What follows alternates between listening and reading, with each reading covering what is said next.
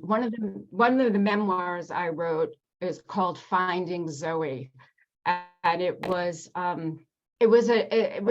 a very unusual and complicated project, but it's a great example, and this is what I'm getting at. It's a great example of, well, starting out with one story and then ending up with another. And the experience really highlights the magnificence of storytelling and the collaboration that storytelling entails, which is why I do it. And so briefly, the author of this memoir, whose name is Brandy, she's an adoptive mother, and she's also deaf. And originally, she wanted to tell the story about why her adopted daughter Zoe's birth mother placed the baby for adoption rather than parenting herself. Brandy didn't even want to be in the book at all. And I happen to be drawn to the story because I'm an adoptive mother myself. Yet when I started the interviewing, I saw a much bigger story. I mean, story is what teaches other people. Anyway, the bigger story that I saw was actually her memoir, and I got her to agree, and we moved forward. And so first, she was a former Miss Deaf America. So right there, she had a platform. Second, her story was so incredible. Brandy was born hearing, but became deaf at age 5. She struggled to accept herself as a deaf person.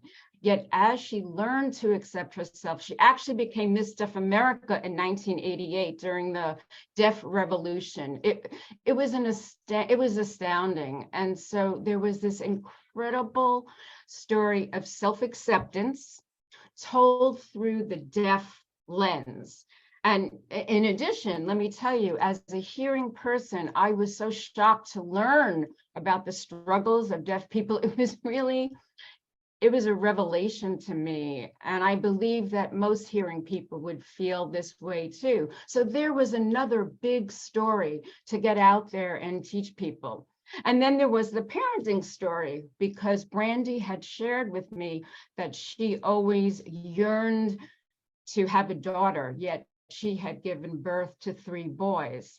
And then when I understood Zoe's path and how she came to Brandy, instead of ending up in the foster care system because of the painful but brave decisions made by Zoe's birth mother, her birth father, of first adoptive parents, because she was adopted and then put back into foster care because the adoptive parents felt they couldn't take it on because Zoe became deaf after they adopted her.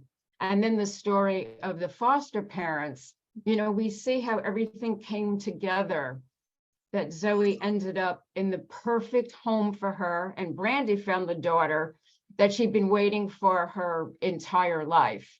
So here was story, so to cap it all off, in terms of the structure, there was the adoption parenting story.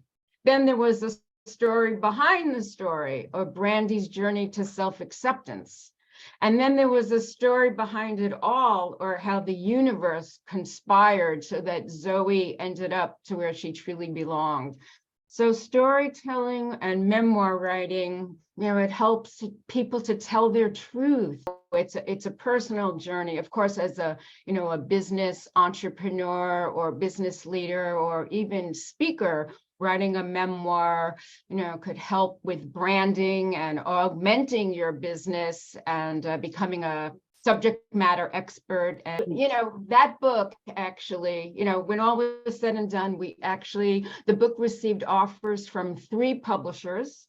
The foreword was written, the foreword was written by an Academy Award winner, and the curriculum that I developed for the book has been used in deaf universities. And then I became an IPNE Book Award finalist, which is the Independent Publishers of New England. So I'll tell you something, Marlene, writing that book was truly one of the best experiences I've ever had in my life, just because of the collaboration. I remember, and it was complex. I had to interview a lot of different people in addition to Brandy and her husband, and the birth mother and the birth father. And I remember, and I had to use a sign language interpreter when I worked with Brandy and her husband, because they're deaf.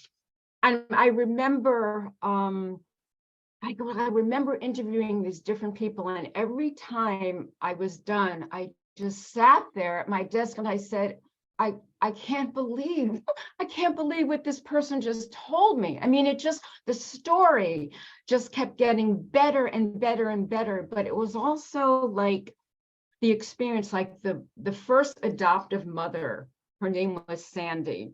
She actually like gave up her baby, like they adopted Zoe, and it turned out that after they adopted her, Zoe became deaf.